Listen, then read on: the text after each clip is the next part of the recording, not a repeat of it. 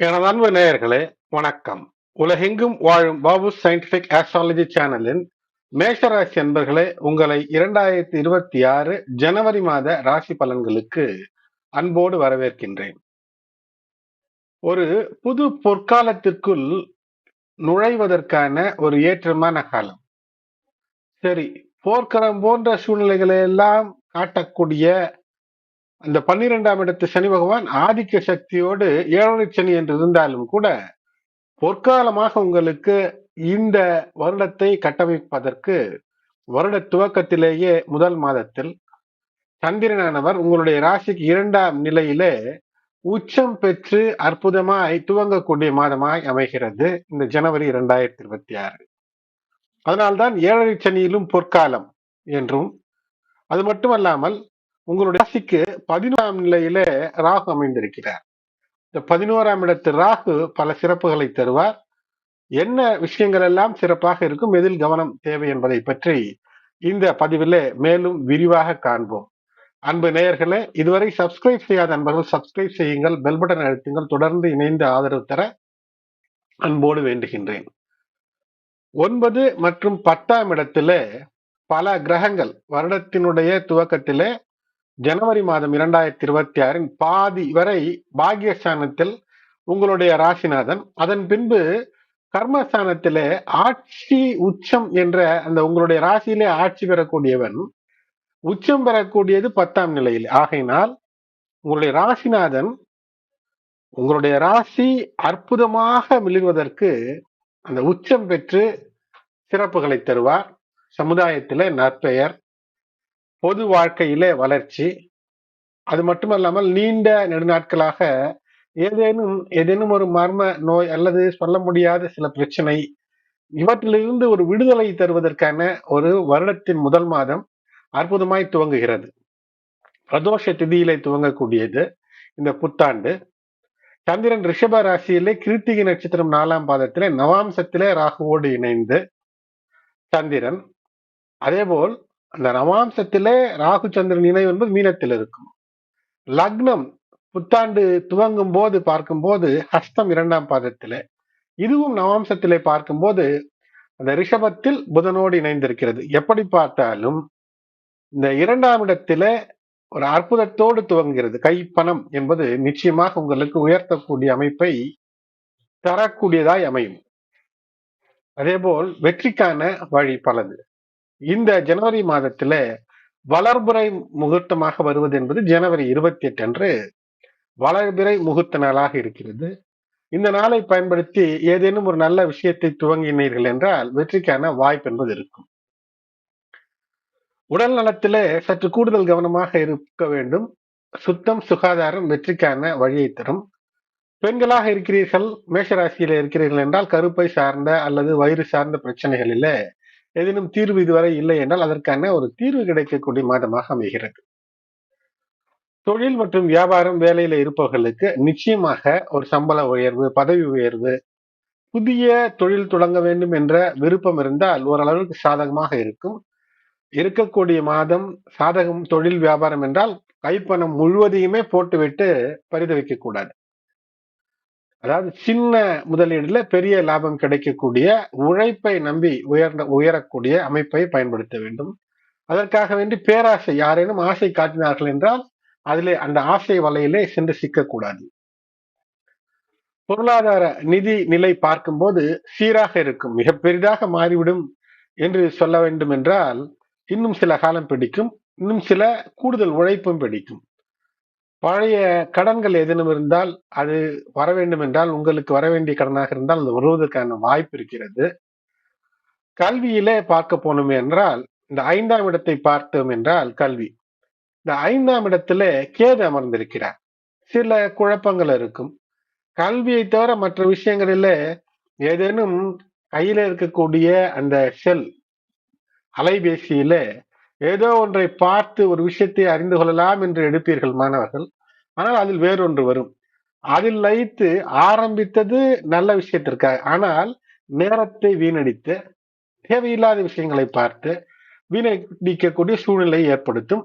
அதிலிருந்து தப்பி தேவையில்லாத விஷயங்களை உடனடியாக தவிர்த்து விட்டீர்கள் என்றால் கல்வியில் மட்டும் எதற்காக போனை எடுத்தீர்களோ அதை மட்டும் பார்த்துவிட்டு வைப்பது. அதாவது கல்வி சார்ந்த விஷயத்தை சொல்கிறேன். சற்று கவனமாக இருந்தால் வெற்றி. இருந்தாலும் கூட போட்டித் தேர்வுகள் இருக்கிறது. அரசு வேலைக்கோ அல்லது அரசு கல்லூரிகளிலே இடம் கிடைப்பதற்கோ போட்டித் தேர்வுகள் என்றால் வெற்றிக்கான வாய்ப்பு என்பது அதிகமாக இருக்கிறது. சனி பகவான் மீன ராசியிலே சஞ்சரிக்கிறார். ஏழரை சனி காலம்.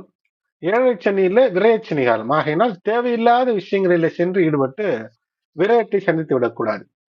நேர விரயமும் செய்யக்கூடாது. தேவையில்லாத விஷயங்களை, நல்ல விஷயங்களை எடுத்து வேலை தொடர்ந்து செய்ய வேண்டும். செவ்வாய்க்கிழமைகளிலே முருகனை வழிபடுவது மிக சிறப்பான பலன்களை தரும். இந்த ஜனவரி மாதத்தை பொறுத்தவரை அதிர்ஷ்டம், பாக்கியம் இருக்கிறதா மேஷராசி என்பர்களுக்கு என்றால், 9ல் பல கிரகங்கள் சனி பகவானுடைய பார்வை பிடியிலே வருட துவக்கத்தில ஜனவரி 14 வரை இருக்கும். கடின உழைப்பு, நேர்மை, நன்னடத்தை, சட்டத்திற்கு புறம்பான விஷயங்களை செய்யாமல் இருப்பது என்பது மிகப்பெரிய வெற்றியை தரும். தொட்டது துலங்கும். சற்று தடை போன்று ஏதேனும் தோன்றினாலும் கூட மங்கள விஷயங்கள் நடக்கும். மாங்கல்யம் சார்ந்த விஷயங்களும் சிறப்பாய் நடக்கக்கூடிய அமைப்பை ஏற்படுத்தும். 16 ஜனவரிக்கு பின்பு உங்களுடைய ராசிநாதன் உச்சம் பெற்றுவிடக்கூடிய காரணத்தினால் திருமணம் சார்ந்த விஷயங்களிலே நினைத்தது நடக்கக்கூடிய அமைப்பு என்பது இருக்கும். ஆனால் எதிலுமே குறுக்கு வழி கையாண்டீர்கள் என்றால் சற்று சிக்கலை தரும். மிக மிக அனுகூல பலன்களை தருவது என்பது இந்த ராசிநாதன் உச்சம் பெறக்கூடிய அமைப்பு. ஆகையினால் மாதத்தினுடைய பிற்பகுதியில ஒரு சற்று கூடுதல் உழைப்பு, கூடுதல் நேர செலவு என்று இருந்தாலும் கூட, கூடுதல் அலைச்சல் என்று இருந்தாலும் கூட வெற்றி என்பது இருக்கும். பணம் விஷயம் முதலிலே சொன்னேன், ஒரு சீராக இருக்கும். பண ஆதாயங்களுக்கு வாய்ப்பு இருக்கிறது. நீங்க நினைத்தது நடக்கக்கூடிய அமைப்பும் இருக்கிறது. மாதத்தினுடைய பிற்பகுதியிலே நீங்கள் எவையெல்லாம் இதுவரை முடிக்காமல் விட்டீர்களோ அதை துவங்கினீர்கள் என்றால் முடிப்பதற்கு கூட வாய்ப்பு இருக்கிறது. 11ல் ராகு, 12ல் சனி பகவான், 5ல் கேது. நீண்ட பயணங்கள் சாத்தியமாகும். அது மட்டுமல்லாமல் இந்த பயணங்கள் நல்ல அழகான இடங்களுக்கு சென்று வருவது போன்ற அந்த பிக்னிக் ஸ்பாட்ஸ் என்பது மனதிற்கு நிறைவான ஒரு விஷயத்தை தரும். பயண வழிகளிலே கவனம், கண்ணும் கருத்துமாக இருக்க வேண்டும். சட்டத்திற்கு உட்பட்டே பயணங்களை மேற்கொள்ள வேண்டும். எந்த ஒரு யாத்திரை என்றாலும் கூட தெய்வ மனதிலே தெய்வ சிந்தனை, ஆன்மீகம் என்பது இருக்கும் போது நிச்சயம் வெற்றி என்பது உங்களுக்கு இருக்கும். மன சந்தோஷம் இருக்கும். பயண வழிகளிலே இருக்கக்கூடிய ஏதேனும் ஒரு கோயில் உங்களுடைய மனதை எது லயிக்கிறதோ, எந்த கோயில் உங்களுடைய மனதிற்கு பிடித்திருக்கிறதோ அங்கு சென்று வரும்போது மேலும் உங்களுக்கு மன சந்தோஷம் என்பது இருக்கும். வேலையிலே ஒரு மாற்றம் எதிர்பார்க்கலாம். வேலை தேடுபவர்களுக்கு ஒரு வேலை கிடைக்கக்கூடிய அமைப்பையும் கூட ஏழரை சனியினுடைய அந்த விரைச்சனி காலம் துவங்கி இருக்கக்கூடிய காலமாக இருந்தாலும் கூட வேலையில் சற்று இடமாற்றம், சற்று அலைச்சல் இருந்தாலும் கூட அந்த வேலையில வேலை பளு அதிகமாக இருக்கும், பரபரப்பு இருக்கும், அடிக்கடி பயணங்கள் கூட இருக்கும். ஆனால் கடின உழைப்பு, எந்த அளவிற்கு உயர்வை வேண்டும் என்று எதிர்பார்க்கிறீர்களோ அந்த அளவிற்கு உழைப்பு உங்களை வெற்றிக்கான திசையை நோக்கி உங்களை அழைத்து செல்லும். தொழில் மற்றும் வியாபாரத்தில ஒரு மிதமான வளர்ச்சிக்கான வாய்ப்புகளை இந்த மாதம் ஜனவரி 2026 மேஷராசி என்பவர்களுக்கு தருகிறது. குழந்தைகள் விஷயத்திலே சற்று கண்ணும் கருத்துமாக இருக்க வேண்டும். அவர்களை நல்வழிப்படுத்துவதிலே, நல்ல சிந்தனைகளை ஊட்டி வளர்ப்பதிலே வெற்றியை எப்படி காணலாம் என்று திட்டமிட்டு செயல்படுவது வெற்றியை தரும். திருமண வாழ்க்கையை பொறுத்தவரை மாதத்தினுடைய பிற்பகுதியிலே திருமண உறவுகளை சற்று விட்டு கொடுத்து வலுப்படுத்த வேண்டிய அமைப்பு என்பது இருக்கும். அதே நேரத்துல மாதத்தினுடைய துவக்கத்தில் சற்று சில சிக்கல்கள் குடும்பத்திலே, திருமண வாழ்க்கையிலே வாழ்க்கை துணையோடு முரண்பாடு இருக்கலாம். 7ஆம் அதிபதி சுக்கிரன் 9ஆம் இடத்துல இருப்பது என்பது பாக்கிய நிலையிலே இருக்கிறார். 7ஆம் அதிபதி சுக்கிரன் அவர் 9ஆம் நிலையிலே இருக்கிறார். அதனால் உங்களுடைய வாழ்க்கை துணையின் மூலமாக ஏதேனும் ஒரு பொருள் வரவு என்பது நிச்சயமாக இருக்கும். அதே சமயத்துல செவ்வாய் பகவானும் இந்த 7ஆம் இடத்துல இருக்கிறார். ஆகினால் ஏதேனும் தேவையில்லாத சட்டத்திற்கு புறம்பான ஒரு வகையிலே ஒரு பொருளை வாங்குவது, நீங்கள் பணம் கொடுத்துத்தான் வாங்குவீர்கள். ஆனால் அந்த பொருளானது சட்டத்திற்கு புறம்பான ஒரு வகையில வந்து குறைந்த விலைக்கு தருகிறார்கள் என்று வாங்கி அதிலே சிக்கல், அதிலே ஒரு பயம், அதிலே ஒரு கலகம், இவையெல்லாம் தவிர்க்க வேண்டும். அதே போல் சூரியனும் 9ஆம் நிலையில மாதத்தினுடைய துவக்கத்திலே இருப்பார். ஆனால் அரசு சார்ந்த விஷயங்களிலே ஒரு அச்சம், ஒரு பயம் மனதிலே நிலவும். அதிலே கவனமாக இருக்க வேண்டும். அது மட்டுமல்லாமல் பயணங்கள் என்பது நிச்சயமாக இருக்கும். முதலிலே சொன்னேன், வாழ்க்கை துணையோடு இல்லறம் செழிக்க, நல்லறம் செழிக்க சிறு தூர பயணங்களோ அல்லது பயணங்களோ, நெடுந்தூர பயணங்களோ கூட அமைவதற்கான வாய்ப்பு இருக்கிறது. ஆனால் இந்த ராசிநாதன் உச்சமடையக்கூடிய மாதம் வாழ்க்கை துணைக்கு வளர்ச்சி பல நிலைகளிலே ஏற்படுவதற்கான வாய்ப்பு இருக்கிறது. தொழில் வளம், பண்பு நலத்திலே ஒரு குணம் நல்ல குணமாக மாறுவது, பணம் நினைத்தபடி வருவது, அழகும் பொலிவும் பெறுவது கூட அமைப்பாக இருக்கக்கூடிய மாதமாக இது அமைகிறது. காதல் 5லே கேது, எதிர்பார்ப்புகள் அதிகமாகத்தான் இருக்கும். எங்கு எதிர்பார்ப்பு அதிகமாக இருக்கிறதோ அங்கு சில புரிந்து கொள்ளாத நிலைகள், அதாவது அண்டர்ஸ்டாண்டிங், மிஸ் அண்டர்ஸ்டாண்டிங் இவையெல்லாம் வரும். மாறி மாறி புரிந்தது போல் இருக்கும், புரியாதது போல் ஒரு பிரச்சனை வர வாய்ப்பு இருக்கும். அதனால் காதல் உறவுகளில் சற்று கவனமாக இருக்க வேண்டும்.